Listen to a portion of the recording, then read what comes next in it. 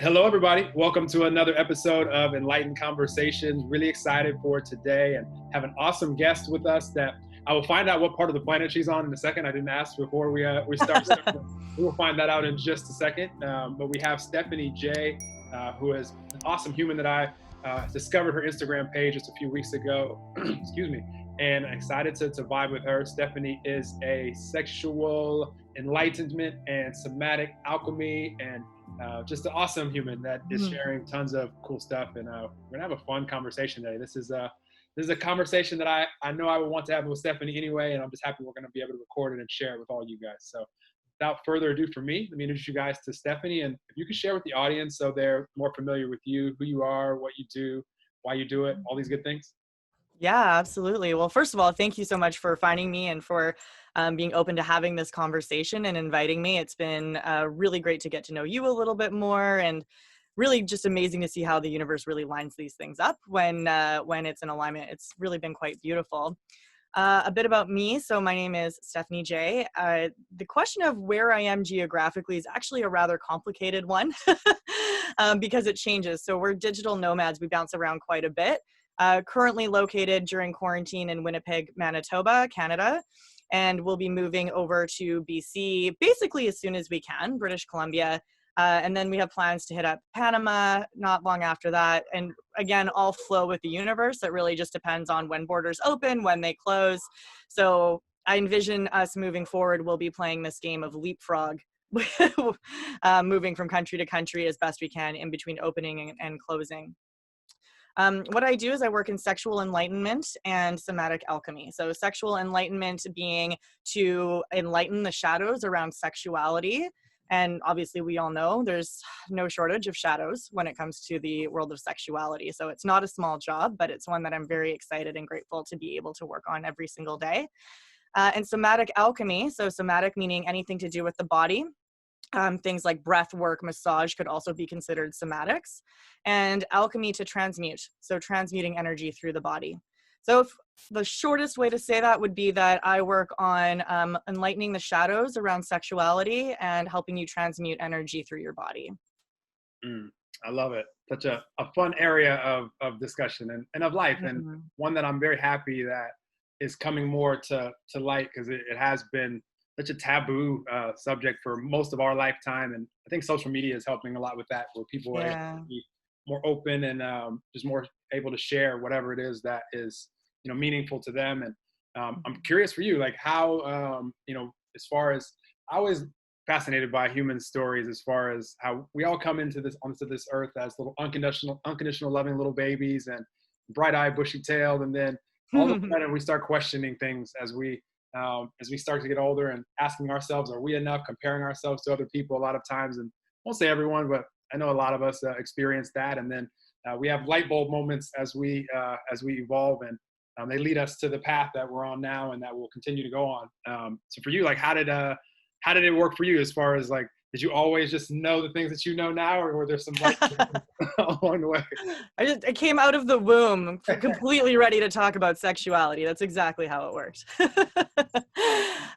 Yeah, I think that, like, a big part of me always knew that I was meant to, and my parents will parrot this to you as well, that I was always meant to have big waves on this planet and to make a big difference. I've always had a very big voice. My mother says I had the gift of gab even when I was 3 years old, much to her chagrin. But I've always been wanting to make a big difference in the world. Why sexuality specifically? It's interesting how my soul has always been kind of pulled in this area. I was blessed with very open and liberal parents. So things like polyamory and LGBTQ community and just openly discussing sexuality in general in my household was always very open. Even though I have parents that are old-fashioned, they were okay to talk about it. So at least it wasn't this crazy taboo. But I ended up actually at 19 working for a company called Passion Parties. People may or may not be familiar, but that's like the Tupperware style parties, but it's for sex toys.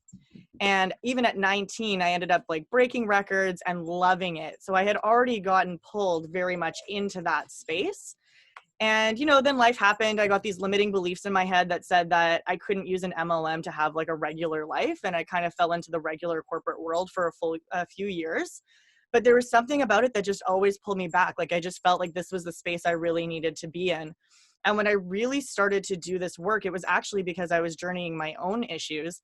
Despite being so open sexually growing up and feeling like I was normally a very sexually empowered person, when I got in the bedroom, like I was numb. I would go into these freeze states. I wouldn't know how to relate to my partner. I would feel like incredible shame around masturbation, self-pleasure. And it was really weird. And I ended up getting caught up in my head thinking, how is it that I logically know that all of these things are comfortable, okay, like, you know, and I'm an advocate for them. But then when push comes to shove and I actually physically get into the bedroom, my heart just clenches up and I can't move. And even when I'm with in a very safe container with a partner that I very much love, and I had to journey that in myself, which made me realize like, this has got to be a big thing for other people as well. And the beautiful thing is when you start to really do sexuality work, your personality evolves. When you're releasing that eros in you and really allowing it to move through you and releasing that shame, it's not just about getting an orgasm. In fact, that's actually what I learned is like the least important thing. It's so much more about coming into your true essence and really embodying your soul and creating from your highest potential. And the way we do that is with creative life force energy, which is sexual erotic energy.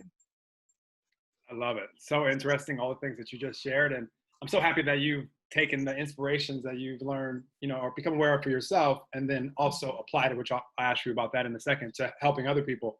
It's something that I just got inspired when you just shared what you just shared, because, you know, we hear things like, you know, life, it's the journey is what's important. Enjoy the journey, you know, as far as just in life. And it's become very cliche. I think those that actually can grasp and embrace that, life could be so much fun. Look what you're doing right now. You're nomad, and like you've named all these different places that you'll be going to, but you're flexible because, you know, you don't have complete control over when borders open and all these things. But we never have complete control about anything. for sure. So it's like so much. It's so cool, like just how you just described the adventure, and obviously are being a great example of enjoying the journey. And but even when it comes to, you know, being in the bedroom, it's so interesting because I know how sometimes it could be like goal oriented when it comes to like orgasm. It means things like that, where really the true enjoyment is like the whole journey of the experience, and, you know, being able to be connected with your partner or partners, or you know, whatever the situation may be. And for those that can enjoy the journey of life, also enjoy the journey of the bedroom, like the whole thing could be fun. Yes. Orgasm could just be like a fun manifestation, you know, in addition. Totally. So I just popped into my mind when you were describing that. I was like, that really coincides with what I like to share a lot about life when it comes to enjoying the journey. Because for those that do, I mean, life could just be, and sexual experience could just be one just awesome journey. Yeah. Well, and it's funny you mentioned that. I was on a call with one of my very close friends, and actually who was my very first life coach ever. She and I were on a catch-up call yesterday, and we had this discussion around, you'd better enjoy the journey because the journey never actually ends. You get to your goal, whatever that up-level goal is, and all of a sudden you've got a whole new set of limiting beliefs, of learning, of growth that you now have to overcome. So every time you up-level, you've got a new journey that you have to go through to get to that next level. So really the journey is never ending. It's always continuing. If you're just waiting to like, oh, I'm just going to tough it out and like white knuckle it until I get to the end, you are going to be sorely disappointed with what the end actually provides for you. And the journey will feel like it wasn't worth it in the first place, which I think is what a lot of society is getting caught up in right now. 100%. This used to be my greatest weakness, Stephanie. Like just always looking to the future as far as I'll be happy when, like having these dreams and things that I wanted to do. And that, but the first time in my life that really caused a lot of depression was because I always thought from the time I was 2. So this was like a long, I'll be happy when, thinking I was a professional athlete. So from the time I was 2 to the time I was 21, I thought I was going to be a pro baseball player. And then at 21, I hurt myself and realized that dream was kind of fading. It didn't look very likely. So because I had so long of I'll be happy when, or looking forward to that, like, oh my God, it caused so much like pain and heartache in those moments. Suffering, yeah, for sure. Now, like, you know, years later, and through, you know, a long journey of just discovering that the only moment that any of us truly have is the present, you know, right now, that's become a really huge strength of mine. And just realizing that, just like you said, like when we get to whatever manifestation that we want, whatever goal or dream that we have, like even by the time we get there, there's going to be other things that now we're like wanting to also, you know, manifest. And so it never ends. if that's the only thing we're looking towards, not only does it make it more challenging to get there if we're like struggling and, like you said, white knuckling it all along the way, because Yeah. just don't know many humans that just like don't enjoy the entire journey and then still get to this magical like happy ending. It's just rough to get there, because not many can last that long in that type of environment. Stress and like even when you describe white knuckling it, like it just sounds difficult. Yeah, well, it is, right? It is. And this isn't to say that like obviously having goals is super, super important. I mean, I have my vision board, I have my affirmations. Like, it doesn't mean that you don't actively manifest and quantum leap to that next level, but you don't withhold your happiness as a result of that, right? Like, I'm thoroughly enjoying every single stage of this journey that we've been in. Every place that we end up moving to, every iteration has its own unique quirks and experiences. And it's really all been quite beautiful. So the key is to have your goal and think, wow, that's going to be amazing, but this is awesome too. Right? Like, they can both be awesome versus getting stuck in, I will be happy over here, and right now I'm going to like grind my teeth, white knuckle, work crazy hours, right? Really creating a life right now that you love is so, so, so important. That's the other thing that I've really learned in going on this journey, is that if your build-up stage is a stage you hate, then you're building a business you're going to hate. Right? The business that you build as a CEO when you're at 6 figures or 7 figures or 9 or whatever your goal is, the habits that you build there or that you have there are going to be the same ones you have here. I have yet to meet any CEO or startup person or entrepreneur that has done the whole like super white knuckle, like grinding teeth at the early stages and knows how to let go at the later stages. Like, because you've babied it for too long. So learning how to treat it like a business and be that 6-figure CEO when you start, and then completely taking that on your journey with you, means you actually get to enjoy the ride as well, because you're already in the CEO mindset. You're already prioritizing your time and doing all those things that you think 6 figures is going to get you, but you do it now or whenever you're starting. And it just makes the journey a lot more enjoyable. That super valuable business advice that you just gave just there came out of this is why I love these conversations and how unscripted they are. It could just go anywhere. That is it's a reminder that I give myself a lot in my business, because I created it. The vision that I have for it is the strongest vision out of the whole out of what I'm creating, out of the whole community.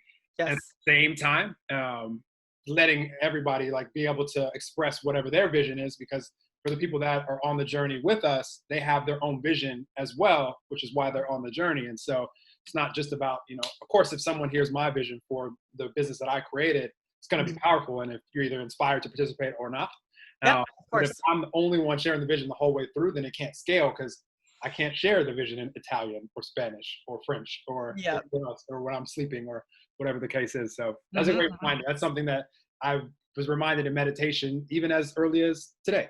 Well, there you go. I'm happy. The universe obviously wants you to get that message if it keeps coming up. So for sure.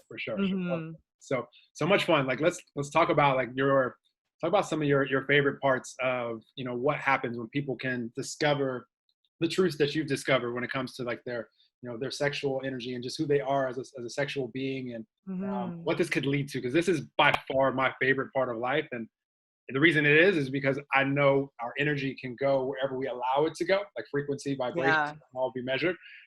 Yes. What is it like? What is it for you that really has you enjoying and sharing with the people that you're working with and that are attracted to you? Oh my gosh, such a good question. So juicy. I love it. God, it just really, really lights me up to see this transformation that happens in front of you when people really embody their sexual energy.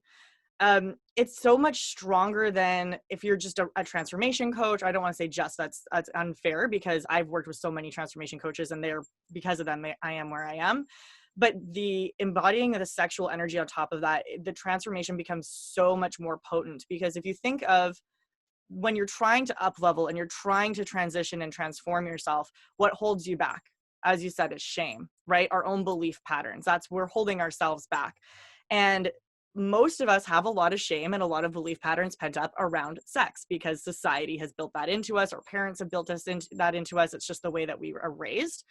And when you can learn to let go of the shame around your body, around sexuality, around owning your desires on a true level, the transformation is like 10x, way higher than what you'll see in any other regular, like just kind of going through the processes.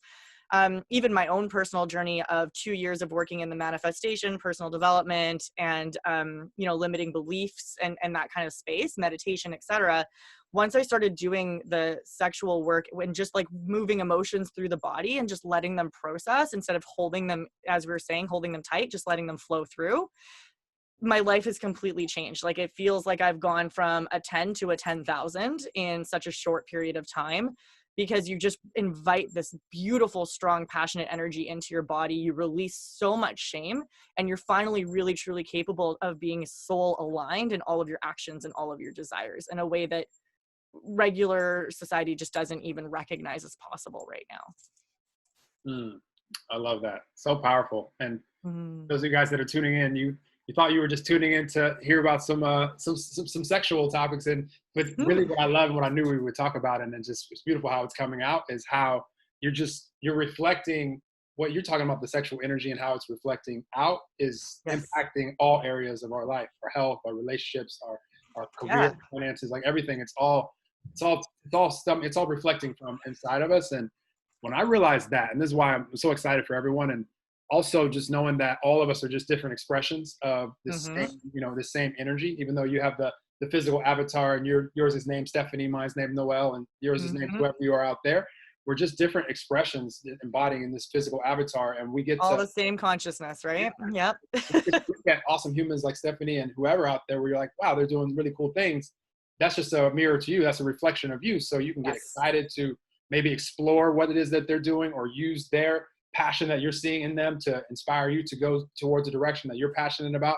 Like, that's why I just root for everyone, because I'm just taking an inspiration, to either discover what it is that which is what makes these conversations fun, but also being able to play in this energy of passion, which can lead to some awesome experiences. You know what I mean? Yeah. Well, and when you mentioned earlier how it affects every other part of your life, and if you want to even really to ground that in, when was the last time somebody said to you, oh, this person's really grouchy because they need to get laid? Like, right? We hear that all the time. You see it in TV. Oh, she just needs, oh, you must have got laid today because you're in a good mood, right? Like, there's actual truth to that it is good for your skin. It is good for your body. It is good for your soul, for your energy. It is good for everything, but not when you're doing it I'm not going to say not, but it's so much stronger when it's less mechanics and more soul-led energetic. Right? When you can really get into the soul type of sexuality, sensuality, the self-pleasure, the embodiment of the somatic side of things versus the mechanics of it, that's when you really start to get that like big shifts and those big transformations energetically. And I do think it's really cool that, we're seeing this pop up kind of everywhere, all over the place, because we are all one consciousness, and we are all kind of thinking and moving and energetically attached to each other in a variety of ways. And so you see sexuality schools hopping up over here in one flavor and over here in another flavor. The school that I'm involved with focuses really heavily on Eros. They've done one round of students. We've got another round of students right now that's about 30, and we've got 2 more students, potentially 3 more groups of students ready to go in June. So like, this is the time where there is a sexual uprising happening, and it's happening all over the world, which is really, really, really exciting. I love it. You just inspired me, Stephanie, to share something that will be very valuable for the audience. If you haven't heard me speak on this topic yet, but this will be very valuable for you, because what I know about life and what I know about energy for all of us is there's 2 different ways to go about it. Like, we can, like you mentioned, like getting, that person might need to get laid. And there's nothing wrong with using a outside experience to try to help us feel good, to try to help us feel better. It's completely different though. And that could be fleeting though, because if you need the sexual experience or anything else outside of it in order to feel a certain way, after it's over, you're going to be like, oh, like now, and I've been here, like for sure I've been here, because again, this is my favorite part of life, and I've been 37. I've been sexually active for a long time. So it's just, I've been here before where I like needed it externally, and it comes back into my experience where I have to remind myself, let me get my energy, to where I like it to be, and then I'll attract the fun sexual experiences, and then the energy can go to a whole different place. Like, if we go into the experience already good, already excited, already at peace or loving or whatever you want to call it, and then fully present to the experience, and we allow momentum to carry our energy up to where words like bliss, euphoria, ecstasy, nirvana wouldn't be even strong enough descriptors of where the energy can go. Now Yes. it's a different experience. And that's what I want for everybody to become aware of, because at one point I wasn't aware, but once I became aware of that, that unlocks the doors to all sorts of other different experiences, like full body, or energetic orgasms for guys too, which I didn't even know we had at one point. I always knew the ladies, like you guys, I was always envious because you guys orgasms just keep going. And men can do it too. I know that now. I didn't. Most guys do not know this, and this is very like, fun fact, guys. Semen retention, look it up. It's cool. It's a good thing. Most guys think once we orgasm, like, or ejaculate, that's the end of it. Most guys think ejaculation is orgasm. And that's the key. There's so much more for us two guys. And I love too that you commented on bringing it back to self, because I think it's so easy, especially when we get into the conversation of sexuality and sensuality, to get into this dependency habit where I must have another human in order to satisfy my needs. We see this a lot. I see it a lot in the polyamory community too. Like, I have all these needs and I need more than one partner to solve them. And my question is always to challenge that and say, you can solve your own needs. You are your own full, true expression. You are a whole human in and of yourself. Another being is a great thing to have to complement your energy, but it is not a necessity to your happiness, and it is certainly not a necessity to your pleasure, which is why we really focus in the Institute of New Paradigm Intimacy. We focus on the self-pleasure modality first and foremost. So it's about bringing you into your body, and it's all about experiencing those that pleasure within yourself. And that can be like something like dancing in a sexy outfit. It can be touching of the skin. It can be genital massage, yoni massage. It can be whatever it is. But the point is that you have your 30 minutes of practice where it's all about you, and it's a practice. This isn't like, you don't go to meditate when you're already feeling calm and zen, right? Like, you would never meditate then. You don't go to yoga when you're already feeling really flexible. You go to yoga to get to that point, right? And so with the self-pleasure, it's about bringing it back to your body and your needs and your energy, but also treating it like a practice. It's something that you do every day for 30 minutes, and whatever is alive in your body that needs to be released in that time, whether it's grief or happiness or sorrow or confinement, right, in today's day and age, let that all run through the body, and it's so healing. But you can do it on your own. Absolutely. I have a question about that. I love what you just described, because what you just described, just anything for us as human beings that we choose to incorporate as a practice, like meditative practice or pleasure practice or whatever it is, it's exactly that. And you actually, not that it's like a competition, but you'll get better and better and better at it. And what I love about it is you'll start to be able to reach energetic frequencies that you haven't felt before. And once you feel a frequency once, what I know is we can get back to it and experience it again, and a lot easier, and we can get back to it. And so I love that. And when it comes to, like, I'll just talk about like the energetic orgasm, like for guys and girls, once I discovered that this was there. Now, this first time I discovered this, it was because for a period of time, several years, I actually have been very mindful of my right now, present moment vibration, my frequency, energy, and making that matter to me, to where, if I'm doing anything that I'm enjoying, I'm totally present to it, and I'm wanting to see the momentum carry my vibration wherever it will go in that experience, and knowing that it's unlimited, but just wanting to see if you're present doing anything that you're enjoying out there, and all of a sudden you start thinking, should I be doing this? Or is there something else that would be more valuable to do with my time right now? Or are they enjoying it? Or whatever it is, your energy will not go to where it can go, because your energy is going to worry, to doubt, to fear, to thinking, are you enough? All these things, like your energy won't get to these frequencies. So incorporating that as a practice just in everyday life, is as far as just wanting to just be at peace, wanting to be at calm, zen, whatever it is, not demanding that at all times, because it's part of the human experience also to experience fear, doubts, worries, frustrations, anger, it's all part of the human experience. But just being very aware and mindful of when I am, feeling good, and allowing momentum to take me up to even further, allows us to touch some frequencies that, we don't even know that are there. And good news for everybody, none of us have had our most blissful, and this is a label as far as frequency, you can go better than that, but none of us have had our like most amazing frequency experience in our lives yet. It just because it's infinite. So have fun with it.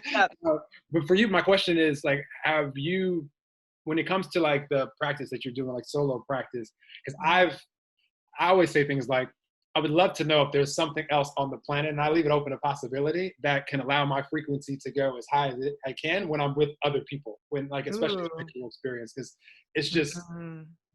as of for right now, as of today, like if I was to say these are the highest energetic frequencies of my life, which, side note, for all of us as human beings, this is what I know to be true about life. The easiest moments of life to think back to and remember are the ones with the strongest energetic frequency. Might even Yep. be some of the traumatic experiences where it's like strong energetic, where it was like Still really, really, strong though. yeah.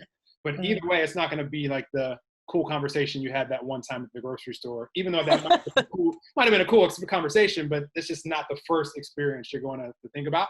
Mhm. So when you said that with the solo practice, I'm just curious because I've left it open to possibility. Have you experienced frequencies that are rivaling the ones with other humans solo, or is it's just different because it's all just levels to it? It's so different. It's totally different. It's like saying, if you have chocolate ice cream and then you have like chocolate strawberry ice cream, like which one's better? They're just both so uniquely different because you're not just your own solo energy anymore. Now you're melding and blending and infusing your energy with another human's energy, and it's like dancing by yourself versus dancing with a partner, right? Like they're both beautiful. They both take you to amazing vibrational frequencies, but in different ways, different directions, and the experience is still wildly different. So I really encourage people to really explore both. Like practice is a solo thing, but there's no one saying that you can't also have a practice with a partner. And in fact, we've done that a few times, and it's been beautiful, but in a very, very different way, and powerful. But it's a different type of power. You know, it's like apples and oranges. They're both still fruit, but they're still different. I like the way you answered that. I knew you would answer it that way too. And almost just, I just wanted to hear how you, I guess I'm kind of playfully wanting someone to tell me there's something that you can do out there, like solo, maybe even non-sexual, that is just like, the frequency is just like off the charts, where it's like sex wouldn't even compare to it. I don't know if that's possible in this human experience. But it's okay. I love it. I love it. I always take the opportunity to share that about frequency, because I want for everyone to just know that it's unlimited, Stephanie. And this is Yes. why anytime the universe brings me an opportunity to, especially because it normally happens when I'm already at least at peace. Like there's very few times that I can think of where I've just been in like a really crap mood, and then all of a sudden an awesome synchronicity of like, a fun sexual experience is just like showing up at my doorstep, like someone knocking, like, no, Doesn't happen that way. better. I just can't think of many experiences that way. Yep. But I'm just always like open to the universe just bringing me, because one thing I know is tomorrow's not promised to any of us. A lot of times we take that for granted.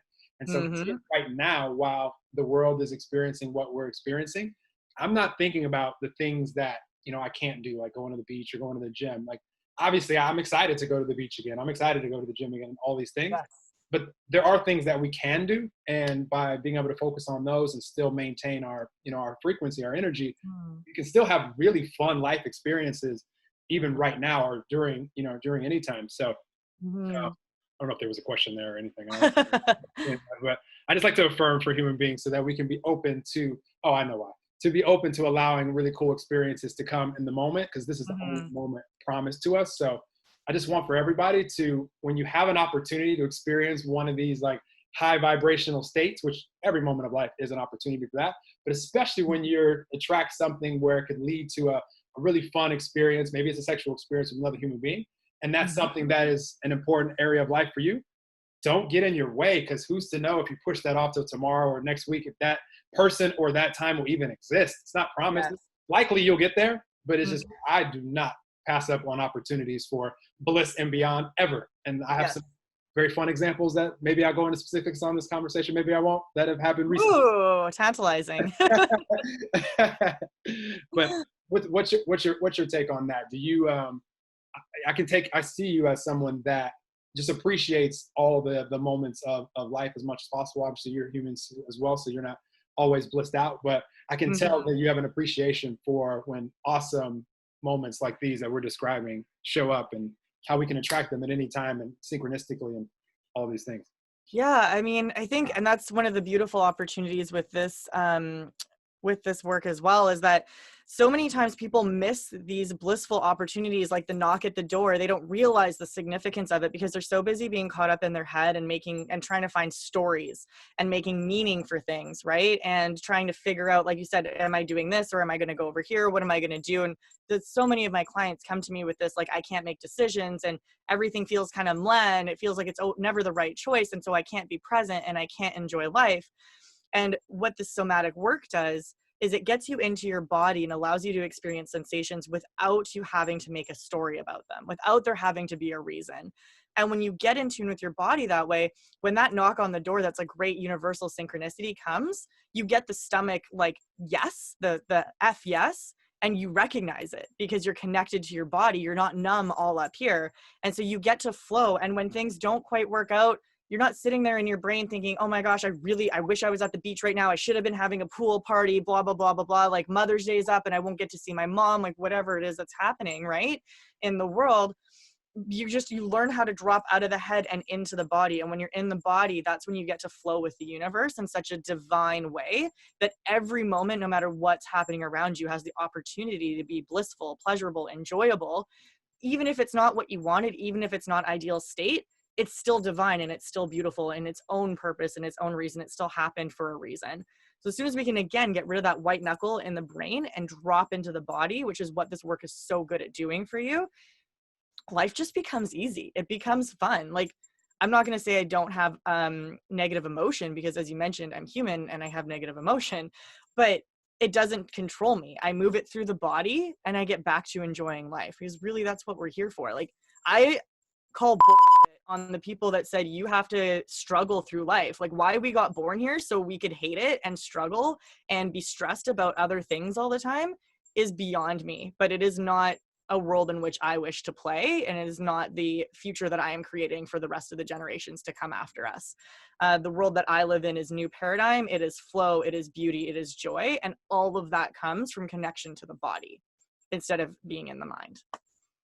I love it. I love how you describe that. When this comes out on iTunes, Spotify, you guys rewind and listen to what Stephanie just said again. It's so important, like the things you just described, and happy that I squeezed the juice out as far as because what you described, Stephanie, and what I was getting at is because I was here, this was my biggest weakness at one point, as far as just taking for granted the present moment and not appreciating it for what it is, and thinking that, I'm gonna work hard, and white knuckle, do all the things that I hate right now so that I could have this like blissful time in the future. What if that time doesn't come? I mean, yeah, everybody listening to this podcast right now, we're all gonna live, I'm sure, to 150 plus, and but what if we don't? We're alive right now, and so like I love to playfully, kind of just see. Like, I like to ask questions like when I could tell someone wants to do something and they're in their head, talk themselves out of it. I just like to ask them, if today were your last, would you do that? And, well, yeah. Okay, so tomorrow's like guaranteed to you, like 100%. Like for me, I'm not sure. I'm pretty sure I'll get there, but so why is it even a question? If you just said you want to do it, so do it. And what better example we have than like coronavirus too, right? Like people that were putting off booking a vacation or putting off doing all these things, and all of a sudden, poof, the entire world is locked down. So when we say tomorrow isn't guaranteed, it doesn't necessarily mean it in the most morbid way, but there's so many permutations and combinations of things that can happen in this fabric of the universe that can shift everybody this way. So yeah, you might not get to go to the Dominican Republic this year anymore. And had you gone in January or February, maybe you would have had that chance, right? If that was when the intuition struck. For us, we just got back from Costa Rica. Intuition struck for us to host a retreat in Costa Rica. It was in February, and we had the intuitive strike to do that in December. And in those 3 months, we put together the retreat, we sold it out, we got everybody there and back, and we returned 3 days before the borders shut down. Had we waited even a week, we would have got trapped in Costa Rica. When you follow that universal alignment and this is the thing I want to do, and you're not getting caught up in your head about doing it tomorrow or I'm doing it the next day. Like, so many people think, well, I'm not going to die tomorrow. I'm not going to get hit by a bus tomorrow. And like, yeah, probably, like you said, probably everyone listening to this podcast will live to 150 as an example. But it's not just about that worst case scenario. It's also about, we don't know if tomorrow you end up moving or the plane gets like locked down or the borders close again, right? Like there's so many things that could happen if you're feeling the pull right now, if you have that stomach urge to do something, then now is the time to do it. The universe doesn't work in like, hey, I'm going to give you this heads up so that you can do it in 3 weeks. It's like now. For sure. I love that. I love that. And I'm happy that you pointed that out in not the most morbid way. Sometimes I'm very extreme because I can mean it that way too. And I'm not fearful of that. And that time is going to come for all of us. So I'm really enjoying right now in this moment. What else would I rather be doing? Doing something less fun. So that's just, I have an extreme take on tomorrow. I love it. But to each their own. I root for everybody. Do whatever you choose. I'll never say you should or shouldn't do anything like that.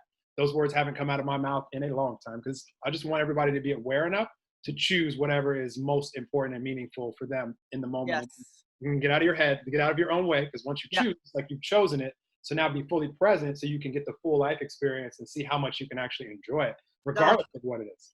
So. There's so much enjoyment available to all of us, and we're all living in this world of like this story of work hard and then retire, and then you get to live the life that you've always wanted for the like 15 years that you have left where you're like too old and sick to actually enjoy it. It's just like crazy to me. Like, get out there. This world has such joy and pleasure and ecstasy and bliss and nirvana available to you if you're just willing to get out of your own damn way and enjoy it, right? Like, the only thing that's stopping us is us. Nobody else is in our way. We just don't realize that. We're not willing to let go of that, because then that means that it's actually our fault. It's our fault for all the good things and all the bad things, right? And that's a level of responsibility, radical responsibility, that is required in this work and is usually actually one of the first things that we end up having to go through. Absolutely. Definitely. Let's talk about polyamory. You have that on your profile. So normally I don't shift conversations in certain areas, but since it's on your Instagram profile and I don't get to talk about this subject that often, I'm actually excited to see what it is that your views are because I always ask whenever I talk to either relationship coaches or sexuality coaches, I'm always curious to know if which I already knew that you weren't doing this, and most of them aren't either. Like, I'm always curious to see if people are like steering people in a certain direction as far as like what most of us were taught and shown as far as what a relationship was or what love was what like Disney showed us, to where friends meet Disney, like happily ever after. And not that you can't have that out there if that's what you want, like all good, like you can attract whatever you want. There's just more than that. So I'm always curious to know what people are sharing, and like, obviously your clients have all sorts of different desires. But when it comes to anything you're willing to share as far as your views on that or what you share with clients or anything, and I'll share. You're going to inspire me to share things also. But I love it. I love it. I mean, I personally live in a both and world, an everything world. So I don't live in a world where I want to have to choose between connection, between love. And I really strongly, strongly believe in my own personal world, in the decoupling of love and sex. To me, they are not the same thing. They got tied together somewhere in our history. I won't go down that rabbit hole because we'll be here for 12 hours. But, they got tied together that love and sex were the same thing, and that you only have sex with people that you love, and you can only love people that you have sex with. And this like really romanticized view of both ended up becoming fused in. Disney's a perfect example of that, right? And that's really not the way it was ever meant to be. So in my personal experience, I'm working to try and separate those two, that you can have sexless love and it can be incredibly potent and strong and powerful. And you can also have loveless sex that is still super, super, super connected, healing, therapeutic, soul inspiring. They do not need to be tied together. And in my personal relationships, that relates that I have a life partner, we have a girlfriend, and we're open to other avenues and other dynamics. I won't lie, it's a lot more complicated than a regular two-person relationship, regardless of the genders involved.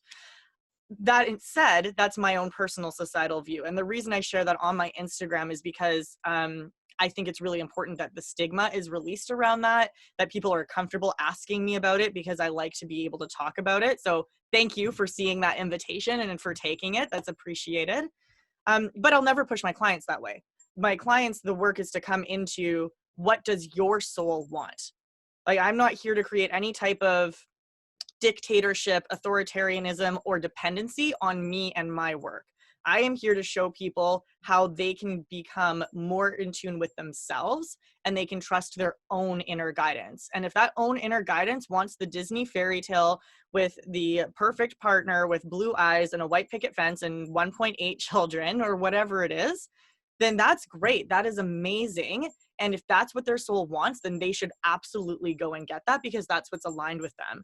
If it's to never have any type of romantic long-term relationship ever, that's also great. And if it's to have like 15 long-term romantic relationships, all and co-live and co-raise children and be in a village, like all of these things, all of these permutations and combinations of how we relate to others, to me, are all acceptable. Every flavor of them is acceptable. And I'm just kind of fed up with the world saying you've got to do it this way. It must be one man and one woman with X number of children. You must get married by, I don't know, 23, have your first kid by 25. Like, I mean, ship sailed for me a long time ago, if that's the case, right? Like, it's just nonsense to me, these societal rules.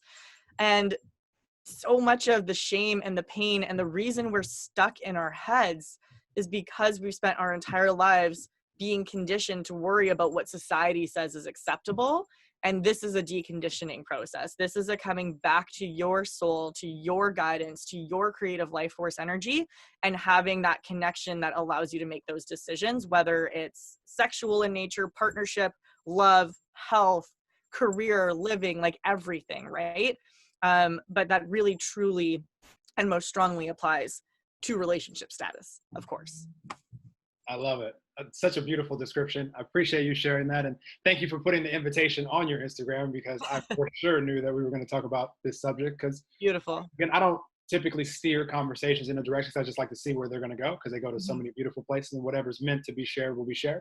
This is definitely something that was meant to be shared. And now I'm very excited to share something in addition to what Stephanie just shared, because when it comes to let's talk about the frequency of love, which these days, whenever we talk about energy and frequency and how we try to label them with words like love, bliss, euphoria, ecstasy, fear, doubt, worry, these are just semantics. It's just words that we're labeling energetic frequencies, where in 2020 and beyond can actually be measured. I've been to events now, Stephanie, where I've had the EEG brain scanners on. I've had the heart meth, like, measuring the frequency of me in the room, and just, I've seen it. Like, I've seen what it looks like if I'm feeling on top of the world. I've seen what it looks like when I'm feeling like depressed and sad. So I've actually seen the measurements. So I would label that something that you may label it something a little bit different as far as the words we use.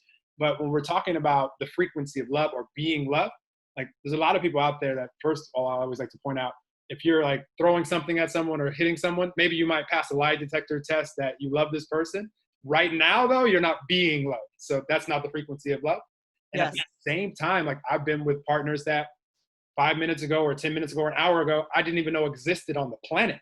And the connection that we're able to share, if that was measured in the moment, it would register somewhere around the frequency that I measured with when I was in long-term relationships.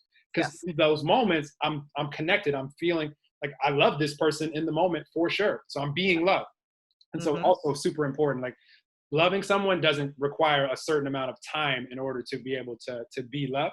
And I also agree, you can have sex without, it's not a requirement to have the love frequency going. Personally, I allow myself to go to, most of the time when I have a sexual experience, it goes like beyond bliss, because I'm just so present and I'm so appreciative to the universe for bringing this experience to me, because I wasn't expecting it. It's typically synchronistic. I've been single, Stephanie, by choice since January 2016. And just very adventurous as far as when my next sexual experience is coming. And it's always an adventure. It's always like, and it's fun. Like, for me, I enjoy living that way. I like sharing a planet with 7.7 billion humans, and just so much room for opportunity, so much potential. It's true. And the most important part of that is I'm super honest with myself as far as my excitement and love for adventure. It was a little bit challenging right when this whole quarantine thing started, because I had to get out of my own way a little bit, because immediately I started sharing the story with myself that we were playing like this fun, I was playing this fun conscious game of musical chairs. Did you play musical chairs as a kid?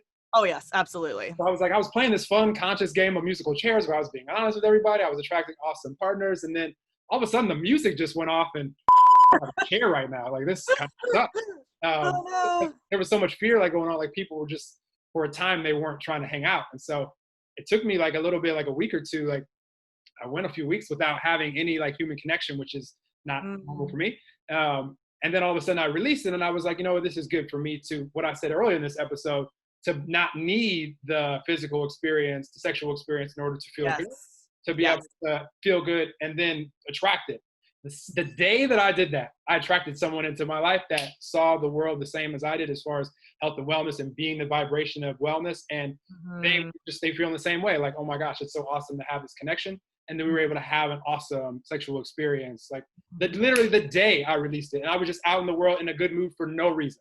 Yep. So my point to all this is, I want everybody out there on the planet to just get really clear about what's important to you, because that's always going to be most important. And then you'll be able to share with anyone that comes into your life, anyone that matters, what's important to you, and then attract people that are viewing the world and wanting the same things as you want, versus what I've seen so much from all different, segments of society, people a lot of times trying to be what they feel the other person would be excited about at the beginning, so that they can have their motive, like whether it's to sleep with them or to have a relationship with them. But all of a sudden they'll see like the real you and what you really desire, like a month or 2 or 6 months in. Yep. I'm just not really for that, because it's just not necessary on a planet of 7.7 billion. Maybe if we were on a planet with like 7 other people, I may try to like do that as well, because I'm like, well, damn, I might not get a chance with any of the other 6. So I better be on my best behavior over here. But I just want that for everyone. So I know I just said a lot of things, and there's probably other things that I wanted to share in that mix as well. But I just want everybody to be able to be clear so that they can attract whatever it is important to them. And Stephanie, I'm open for, because, okay, this is the last thing I want to say, and then anything you're inspired to say about this. So what I'm super excited about for all of us, and just for me, period, is just knowing that every experience that I have with another human being is so different, because the energy that they're bringing and the frequency that I'm bringing, like together, we mentioned this earlier. So this is also why, like, for me personally, monogamy or just having one sexual partner for the rest of my life, it just doesn't match for me, because I've had many sexual experiences in my life and none of them have been the same energetic frequency. It's always a different co-creation. And so for me, they're always fun. So, but I'm also open at the same time to, when it comes to relationship, here's how I think about it. And this is the last thing I'll really say. So when it comes to a relationship, I look at it as, if I'm hanging out with you and I've chosen to spend my time with you or doing anything on the planet, I'm giving 100% of my full presence to you, to this time. And I want to see how much we can enjoy it. If tomorrow we also are still vibing and we want to hang out again, awesome. If we want to wait a couple of days or we want to hang out again next week, awesome. Whenever we both choose to hang out with each other, like what my promise is to you and to anyone is that I'm giving full presence to that, because I want to see how much we can enjoy it, because it's the only moment promised. And then if we're still hanging out 50 years later, then I guess we're in a relationship. At some point. And it's just, I don't really label anything. Like, I'm just open for people being in my life and me being in other people's lives, and whatever that ends up looking like is cool with me. So that's just personally for me, not saying anyone should or shouldn't adopt my point of view, but this is how I look at it. So. Yeah, I love that. Oh, so many beautiful like golden nuggets there. And I'm just trying to like pick which one I want to go with first, but what's feeling alive right now to mention is that we just get so caught up in this scarcity mindset, right? And we hear this a lot, like manifestation and money management and money intelligence, I think has been around for quite a long time now, well, a good couple of years in the spiritual community at least. And we have this idea of abundance versus scarcity when it comes to finances, when it comes to money. And people don't realize that also applies so much to our relationships, that, as you mentioned, like, oh, well, if there's only 7 people around, then maybe I will change who I am to match one of those 7 people because I'm in a scarcity mindset. But so many people are operating in that world of a scarcity mindset, even though there's 7.7 billion people on the planet. Like, there is not a shortage of humans out there. And I end up having, with a lot of my single clients, we have to have, especially single female clients that are usually somewhere between, for this specific conversation, usually somewhere between 30 and 40 years old. And they're high achieving, like amazing women, but they feel like this clock is ticking and they can't find anyone that's at their level.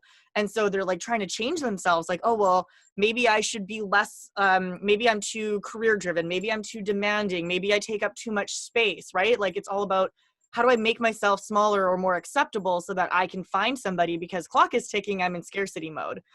And if we just are able to just take a deep breath and release that, and again, it's all about just coming back to yourself and being the best version of you. Like, amazing shit happens so freaking fast when we become the truest essence of ourselves. And I mean, it's law of attraction, right? We become our highest, truest vibration, and we literally magnetize in people that are that same vibration towards us. And then you don't have to play this game of like, is this the right person? I don't really like their family, but could I maybe make it work? They've got this weird anger thing. I really hate their dog, like whatever stories you're telling yourself. Like, again, you're caught in your head, and the ego, the logical mind, cannot run this many different sets of variables and come to a right answer. It is impossible. Your brain is not designed to work that way. That is the work of your soul. That is the work of this universe. You have to just trust in letting that happen, that when we work on our inner selves, when we become the highest expression of ourselves, the people that are right for us will magnetize, and the people that are wrong will push away. Naturally, we polarize them, right? And the higher you get, you've probably started to notice this too, your pool shifts, right? It's not really 7.7 billion, because you might have a pool that resonates with you that's like, let's say 100,000. And when you up level and your vibration shifts, that pool shifts too, because all of a sudden these people that are at a lower vibration aren't of interest to you anymore, or you're not of interest to them. And that's okay too. That's allowed to shift. These things are allowed to change. You are allowed to grow up spiritually and have your partnerships be something that grows up with you. And think people get really stuck in this, like, no, it's going to be this person all the time, forever, lifetime commitment. Like, if we're talking about living 150 years, like, that's a long commitment. How can you can't, I'm a different person every single day. Like, what is the Alice in Wonderland quote? I don't know who I was this morning, but I can't remember. I'm butchering it. But there's a quote about changing every single day, or I've changed 5 times before breakfast, I think is what it is, actually, from the Red Queen. And I live my life that way too. And that might mean that I change out of vibration with people. It might mean that I change into vibration with people. And again, it's just being your best expression of yourself and trusting that everything else will line up as it's meant to. We just need to stop trying to force it and just allow ourselves to like watch this beautiful movie of life in front of us. And we're here to enjoy it, relationships included. Oh my gosh, I love that so much. And I love that you just described it at the end as the movie of life. That's how I describe it all the time. And for all of us, we're on the scene that we're on right now. And so to also stop trying to figure out what the scene for next year is going to look like, or next week. Like, if you're enjoying the scene that you're on with the people that you're with, just enjoy the heck out of that scene. And then when you're in the next scene, it's still going to be right now. It's going to be the scene that you're in now. Enjoy the heck out of that scene. And if you enjoy all the scenes of your life, then it's a pretty awesome life experience. Like, who cares like what it looks like? Just be honest with yourself so that you can be honest with others. And I love that you said that also, because I do talk about the 7.7 billion. But none of us have time to meet all of them. So it doesn't, we're not.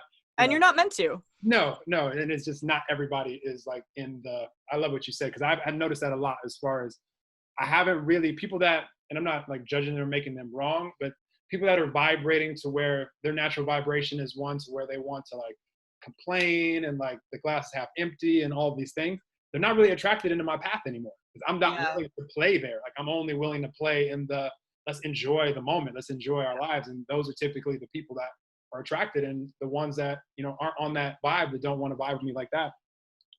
If we do end up in the same space, it just doesn't normally go there. Like, it doesn't really lead to like blissful experiences, in my personal experience. So yeah, and I resonate so much with that too. And it's funny because I get that conversation or that question so much, where people find out that myself and my partner are polyamorous, and they just have this vision in their minds.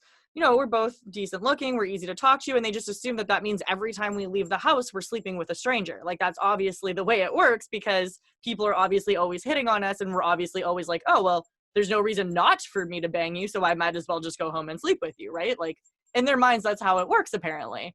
And it's so not like that, because it is vibrational. Like, yes, we're polyamorous, and yes, I am polyamorous, but like, it's got to be a certain level of connection. When you start vibrating at a higher frequency, like, the people that are down here, they have work to do, they have learning to do, and that's great for where they are. But like, that is not a vibration that I want to be entangled with, because you do mix together, right? And there's just no interest there. There's no alignment. There's no alchemy. There's no attraction. So again, the pool shifts. I'm not going out grocery shopping and having like every person in the grocery store jump at me, obviously. And I wouldn't want to do that either, because maybe there's only 2 or 3 people in the entire city that are at a vibrational frequency that I would want to spend time with, and at that level, and to really meld with in such an intimate way. So it really brings in the beauty of discernment. Just because 7.7 billion people are available to me does not mean I want to be with 7.7 billion people. And that's a really important mind shift for people that are monogamous, to understand that polyamorous does not mean you're walking around with a sign on your body that says like, hey, let's bang. You know, especially if you're in the spiritual community. I find that spiritual people that are also polyamorous tend to be very, very, very selective, because they understand the energetics of what's about to happen if you were sharing this type of an exchange. Okay, so I do need to comment on this, Stephanie, because I love it. I love this part of the conversation a lot. So I do notice that, because frequency, like when we're talking about an energy, it's always in the moment, like just for everybody out there. So it can be measured in the moment. However, after we turn 30, I've seen stats now where almost 90% of our thoughts are like continuous, like they're habitual, like by the time we turn 30. So our frequency is like, the energetic signature that we're putting out in the world is very consistent the older that we get, because we're just used to vibrating this way. It can be changed if we choose, if we become aware of it and just decide to choose it. Oh, yes. If you have someone in your life that is like constantly complaining, again, I'm not saying they're a bad person, but that's not likely to change tomorrow. Unless, I mean, it's just, they have to become aware of it and want to change it. So that we do have but that also, here's my point in this. I noticed the universe will, because I'm open to it, the universe will bring me people where there's a mutual physical attraction, but they haven't become aware, like they're early on in their spiritual path. And I get to share with them things that I know to be true that can uplift them. And they're still going to play with me in the frequency of excitement and fun. And like, we're just playing here. I'm not like sharing with them all the universal truths that I've become aware of, like in that one conversation. I remind myself to stop sometimes, because I just get, I have people that I've had blissful sexual experiences with, and they knew like what I do and like what I share.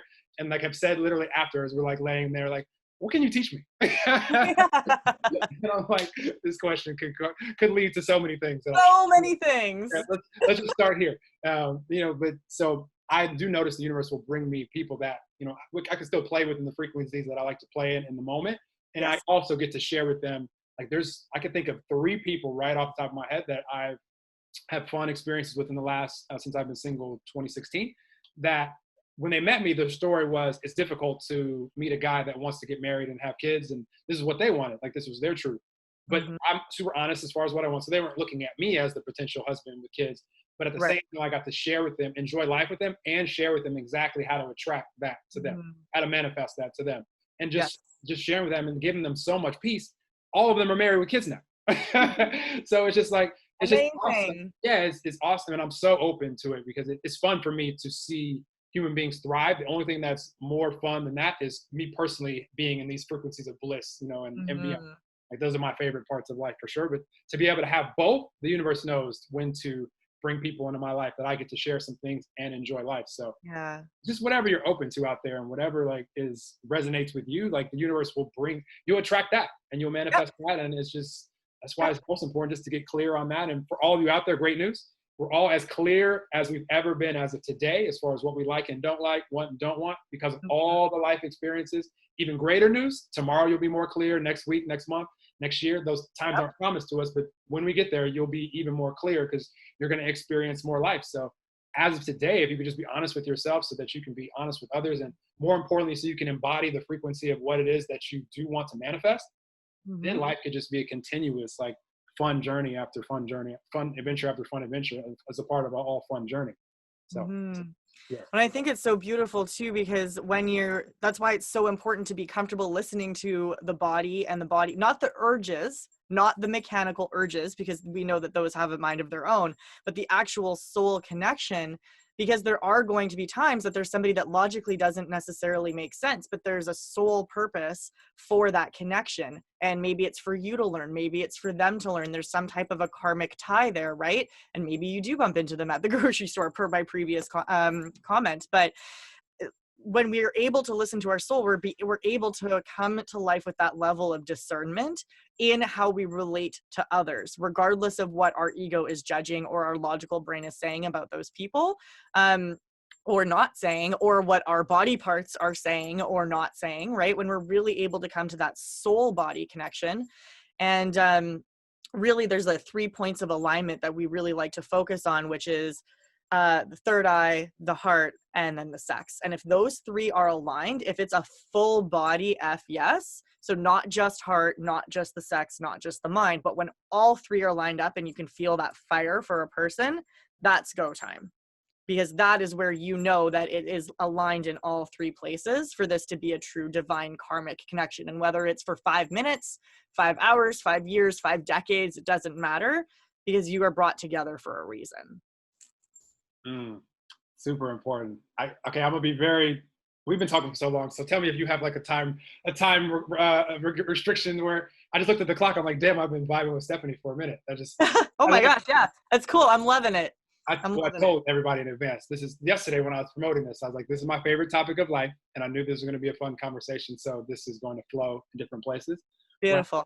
What I've had to make sure for me, Stephanie, is because at the few times in my life where, this sounds strange me saying this, but just take it for what it is. The times in my life where maybe some time has, because I am like single by choice, and I'm just letting the universe bring, synchronicities. And there'll be times where I have people in my life that we're hanging out, on a regular basis, but typically it's not ever more than like once a week. Like for the last 4 years, I can't think of many people that have been in my life in the last 4 years that I've hung out with more than once a week. So just to show you guys like how my life goes. But during the whole time, like other, fun synchronistic experiences can happen.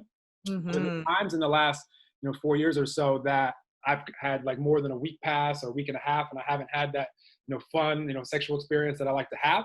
I've noticed me being more willing to, like what you just mentioned with the third eye, heart, and the sexual part. I've noticed myself, and I'm making sure I go in a different direction because I don't like the result of it. I've noticed myself being more lenient with like feeling like that connection and allowing myself to experience a sexual experience where just because there had been some time that had passed since I had experienced one. So I'm like, well, I'm not as physically attracted to them as, I would like. And it's mainly that because I can connect with the heart and with the third eye with any human on the planet because I see who they truly are. Like I see the energy. So that's the easy part. Like you're going to feel love for me if I'm spending any time with you, like regardless of who you are. I feel it through the screen. So we're good. I sense that.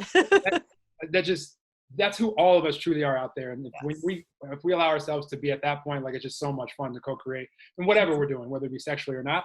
I have to with myself though, if there's not like a strong, like physical attraction as strong as I would like it to be, then I'm not as, because I like to, if I have a sexual experience with someone, I really like to leave it up to them how often our relationship is going to go on from there. Like they want to hang out with me again in the next couple of days or next week or whatever. I really like to leave it up to them, and then I'm going to bring 100% presence and just let it flow.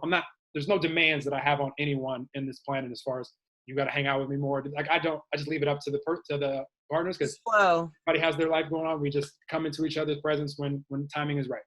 But my point is the times where I've given myself that extra like wiggle room where it wasn't like full in alignment and gone through with it anyways, it hasn't felt good because as that person wanted to hang out with me more, I could tell like it just wasn't a hell yes for me. It wasn't an F yes as you put it. And so for me, it's like non-negotiable now. Like I really want to be in alignment in all the areas. Again, it's easy for the third eye and the heart for me to do it with anyone, but like the crucial part where I have that strong, like, physical attraction and just wanting to go there, that has to be there for me to go there now. Cause I don't like how I operate if I do it just because I'm like feeling a little bit horny or something. And then all of a sudden I do it and then they want to hang out with me more, but I don't really want to. Like that hurts me. Doesn't feel good.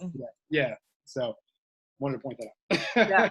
Yeah. No, that's fair. And I think that all of us, depending on our conditioning and depending on our backstory, I mean, every human is different. We're all different reflections, right? That have gone through different experiences. And the tendency will always be to ignore at least one of them. Sometimes two, but we're always raised with this like, oh yeah, I don't care what they look like. I don't really care about any of the physical stuff, but I've got to feel it in here. Or they've got to really have a divine spiritual connection. I've got to feel it up here. Like, or I've really got to feel it in my sex, but there has to be at least one. And very few people that I have met so far that aren't already awakened or on that path will line up with all three. most people that are on that path will line up with all three without even realizing it, right? Just like yourself, you're like, oh yeah, now that I think of it, I do actually do that. I just didn't know it was a thing. And when I'm not doing it, I feel gross about it, or I don't feel ideal. But that's an what's the word I'm looking for? It happens because we've gone through this transformation, because we've learned how to connect with the body, with all the different chakras. And we just know that we don't feel good if things aren't aligned, even if we don't understand why, because we've gotten used to accepting things in the body that we don't logically understand. Whereas we're not raised that way, right? And so most humans will go through life ignoring one or two of those just by default, but it'll be different for each human, right? Everybody is going to have a unique reflection of what that looks like for them. I love it. I love it. This conversation has been so awesome, Stephanie. I just want to ask if there's anything that you want to share in addition that hasn't flowed out. Just want to squeeze all the juice out of you. People can tune into this episode. So we've been talking about living to be 150. Look us up 50 years from now. Stephanie and I are still thriving. Like we're still like we're like midlife at that point. yeah, exactly. That's going to be my midlife zone. I'm going to have my midlife crisis, I think, at like 85. That's where it's going to happen, I'm thinking. Like I'm moving around a little slower now. Like yeah. I feel you on that. Yeah. I don't know how. I think technology will keep up with us to where if I can no longer have like fun sexual experiences, I don't know how much fun my life experience will really be as Noel, just because it's by far my favorite part of life. Like it just by far. Like, and I've met some people. I also enjoy asking this question to people, Stephanie, as far as if today were your last, and I use this a lot. Like people, my mom has asked me sometimes, why do you talk about death so much? Because I'm not afraid. I know what happens energetically afterwards. Like our it's energy just a body body. continues to move on. Impermanence. It's just a body. You get born back in, and people ask me that about tattoos all the time. They're like, how do you get tattoos? I'm like, it's just a body, guys. Like, it gets recycled, and we come back, and it's fine. It's all good. Whatever my energy decides to, wherever it decides to go play after this, I just know it'll be playing somewhere. Yes. Whether it's back here or in another dimension that I don't even know exists, like I'm at peace with that. So I don't worry about it. That's why I want to enjoy the moments that are promised as much as possible. I forgot where I was going with that, but anything that you want to share with the audience about anything else, or that you want to promote or you want people to know about, but I just want to make sure that anything that you were called to share comes out. You've shared so many beautiful things. It's been such a fun conversation. Oh, well, thank you. I definitely want to share a little bit about where to find me and things that are coming up. But before I don't want to lose the pin. You had mentioned if my body stops working and I can't have sex anymore, it might not be fun. And I want to assure you that I just came from an Awakened Futures conference. Look them up, from Consciousness Hacking. I think you'd love them if you're not familiar with the brand. But they did an Awakened Futures conference, which is all about psychedelics, tech, and consciousness mixed together. And I promise you that the technology will be there, that by the time our bodies stop working, it won't be an issue. There will be tech for that. It's already in the works. So that's like 5 years away, not 50. So we're good. You reminded me. That's fantastic news. Because I thought you were going to try to share. I thought you were going to share something with me where it's like, don't worry, when you can't have sex anymore, you'll be able to do this. And I was curious. I was like, I don't think this is going to sound as fun but I'm happy that you went that direction. And then I want you to promote anything you want to promote. I like to ask people what, if today were their last, like what they would spend their time doing. And for some people, like sex is not even like on the radar. Like it's just not, which is cool. It just makes it just shows how different all of us are, and we're all living different life experience. Some people have told me they would just have like a dinner party with all their best friends with amazing food, or spend time with their family or whatever it is. For me, I would have as much amazing sex as my physical body would allow, and then I'd spend the rest of the time just like in this like relaxed, blissful state with all my friends and family, and like enjoy from there. But just know I'm coming from a really fun like sexual experience. Yeah, I mean, you're speaking to my soul, because I was, as you were saying, and I'm like, okay, well, what would that day be? Because my initial reaction was I wouldn't change it from whatever was already planned, because I believe that every day is perfect exactly as it's meant to be. That concept of presence. But if it truly was my last day, and so basically, I'm reframing this question as, what would the perfect day for you be? Because for me, if it's the last day or not is kind of irrelevant, but what would a perfect day for me be? Yeah, I feel like it would be a pretty big orgy in the morning that lasted as long as it, with, people can come and go, and like, let's have some butlers with champagne and maybe some pastries on the side or something, like in a mansion maybe, or something fun. Let's have a pool if we're going to be really crazy and luxurious about it. And then, let's like wrap that up. And then, yeah, I like getting dressed up, and I really like throwing parties. So let's do that, and let's do it in an exotic location, one that I have not yet been to. So I don't even know where it would be, but somewhere fun. Let's fly everybody in, and let's just have a great time. I love that. Followed by an orgy in the evening. Yeah. Well, of course, you got to start and end. You got to bookend it with sexual experience, right? It's got to be bookended on either side. And you get like the normal, normal stuff in the middle, and then you get the fun on each end. I love it. We're very in alignment when it comes to this. So much fun. I love talking openly about this. It's a conversation that before social media wasn't able to be had as easily. Yes. I take every opportunity to just speak openly about this. So yeah, I mean, I'm always open to jam with you on this type of stuff. So yeah, this has been lovely. Thank you. Yeah. Well, you were starting to promote the audience, and then you got sidetracked with the fun orgy story. But anything? And the tech. I'm like always excited about tech. So yeah, you can find me at Stephanie Jaie on Instagram is where I hang out the most. So at Stephanie Jaie. My Facebook, also Stephanie Jaie, and my website, also stephaniejaie.com. So I'm really, really easy to find. Two really exciting things that I did want to mention on this podcast is that starting in June, we will actually be hosting self-pleasure parties on Tuesday nights, every second Tuesday. So obviously those will be in a Zoom container. I attended a few of those in the last little while, and they are phenomenal, but they are hosted in Australia time zone, which is not ideal for those of us living in North America on this side of the world. So we'll be bringing those to the North American continent. I'm thinking probably between 7 and 9 p.m. and lots of information about that will be released over the coming weeks. So if the idea of self-pleasure party sounds terrifying to you, then that's an indication that this is your growth opportunity. This is your invitation to lean into that edge. And definitely you'll want to go to either my website or to my social media to find out more about that. And then in September, I'm actually opening a group coaching container where we're calling in roughly 100 individuals, I think is a sample size, and it will be partially group coaching and a lot of learning as well to be able to bring more of these types of conversations and a more holistic experience and a larger sample size to the world. And we can layer a lot of that into, things like a book and really helping enlighten sexuality for everybody, not just those that are participating in the group programs. So, and then of course, other ways to work with me as well. Social media is the best way to find all of those. I love it. I'm assuming the self-pleasure party is for ladies only, yeah? It is not gender specific, believe it or not. Nope. All of the ones that I've been on have had very nearly a 50-50 split. And it's been really interesting because the containers are, let's just put this in perspective. It's on Zoom. You have the opportunity to have your camera on or off. There is a coaching component. There is an instruction component. There is a container creation component. And then there is the actual self-pleasure. And again, just to really bring this full 360 from where we started, self-pleasure does not necessarily mean masturbation. I define masturbation as a friction movement with the goal of orgasm. Self-pleasure is making your body feel good for 30 minutes. Whatever, it's a practice. It's whatever that is. Sometimes it's literally just stroking your arm, playing with your hair, dancing, moving your hips, doing yoga could even be considered self-pleasure, right? It can be anything. So I think people get really, really freaked out when they hear that, and they instantly think that they're going to have their hand on their yoni and basically be making softcore porn with a bunch of strangers. Like, that is not what this is about. This is about embodiment. This is about energy transmutation, and it's about releasing the stigma, which is, I'm so passionate about this, and that's why these self-pleasure parties are so, so important.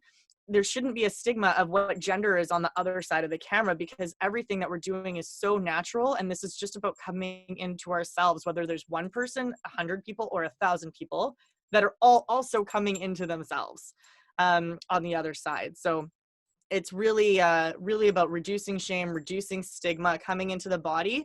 And the other thing I really love about it is for anyone that's trying to get like, oh yeah, self-pleasure practice sounds like it's something I would really like to do. Like, I'll use the example of yoga. How often do you do yoga at home if you're learning to do it versus if you buy a gym membership and you go to yoga class, right? you're more likely to actually do a proper yoga class, to do all the poses, and to like really get a good benefit from it and to go regularly if you've got the membership and you're going with a group of people, because there's a little bit of social pressure there. If you're like, yeah, I'll make time to do yoga with Adrian, who I love, by the way, but I'll make time to watch yoga with Adrian like sometime this week. It never happens. We don't prioritize it because it's edgy and we're scared of it. And so our ego gives us excuses and distractions not to do something. And so that's why these are really important, is it's not just about the shame reduction and about the stigma releasing, but it's also about really getting you comfortable in actually doing it and providing that container of safety and space and compassion so that you can actually experience this modality in the way it's meant to be experienced. I love that. Thank you for clarifying that. You're welcome. I had a different view. I didn't, because I've seen a few on the internet, the self-pleasure, but it was only for women. So I was just, my mind was like, I just was wondering all what was going on. I was like, yeah. I didn't think guys were invited. I am all about gender neutrality in every variety. I can tell that. I love that. And it makes me happy because there's nothing wrong with it. There's a lot of, I see way more women-specific movements on social media than men-specific. So awesome. Like I want everybody, as long as the light bulb is coming on, like I'm all for it. Just help people in any way, shape, or form. And at the same time, I am excited when people are helping both genders, because we all have masculine and feminine in us. We're all, again, just different expressions of the same non-physical energy. We just maybe, our avatar may be a male body or a female body, but that really, that's just where it stops. Like it doesn't, nothing else matters as far as like what we choose to do with it. Like it's just all personal. And I find like the more we separate that, and I agree with you, like the women's empowerment has been, especially in the spiritual community, has been growing very, very quickly. And we've been very fortunate that way. But I feel like we're kind of leaving men behind. Like we're having all of these evolutions and like our consciousness is changing and our way of relating is changing and the communication with which we share with each other and the expectations that we have of our partners, assuming we have a male partner in that instance, is changing. And the men are like, where did you learn this? Why are you talking that way? And then it gets labeled as woo-woo and it becomes toxic, right? Because we have this like severe misalignment. And like the divine feminine cannot flourish if not accompanied by the divine masculine. They must flourish together. And so I personally am not a big fan of the segregation because we don't segregate our soul. We shouldn't be segregating the bodies either. I understand that in a lot of movements, it's a necessity because there's trauma related. And I do have a couple programs that are women specific because of trauma incidents. But when it comes to stigma, shame, and self-empowerment, that is something that container can only be held when both energies show up fully. I love it. That's all evolving. What you just described, I'm seeing it evolve, because you're right. Like ladies out there, you're going to be just be open to it. You're going to be the teacher, the example for the guys that are attracting your life. Because I'm on social media a lot, and I just don't see many all guy movements. Yeah. I'm not inspired to create one. Everything I'm doing includes both genders because I love the feminine energy way too much to all guys. Like, sorry, dudes. Like, I'll help you with. That's why I'm like so open with sharing, guys. Like, we can do these things. Hit me up if you want to know how. Like, I'll help you. But everything I create will always be all inclusive. Like, everybody on the planet is invited to anything that I ever do. So I love it. I love it. Beautiful. Yeah. Well, this has been so much fun. You guys definitely follow Stephanie on Instagram. You guys will see all her links here, and she's so much fun to vibe with you today. And you guys definitely, if you're attracted to working with her or doing anything, it's a really great next step on your journey, because that energetic nudge, there's some clarity there, some new life experience, and it could just be a beautiful next step on any of your journey. So definitely follow on that. And you guys share this episode. It's definitely valuable for lots of people out there. I think we've hit on things that could be useful for pretty much every human on the planet. I know we can find awareness anyways. We can attract it from any source, and we've given lots of different things, stories and examples on this. So I'm excited for you guys that have heard this live and are hearing this, when it's released in a few weeks, and then also 50 and 100 years from now. So leave a review on iTunes. If you're watching this, go to Enlightened Conversation, say that Stephanie Human was amazing. And things that you became aware of, I'll screenshot it. She'll appreciate it. I appreciate it. It makes it easy to find these episodes. And we'll talk to you guys really, really soon. Sending you guys all love and light and appreciation. And and play, as one of my other, she's like one of my previous guests said, don't forget play. Sending you guys play. You gotta play. Yeah. Embody that Lolita energy. You gotta get play in there. For sure, for sure. We'll talk to you guys all soon. Have a beautiful day whenever you hear this.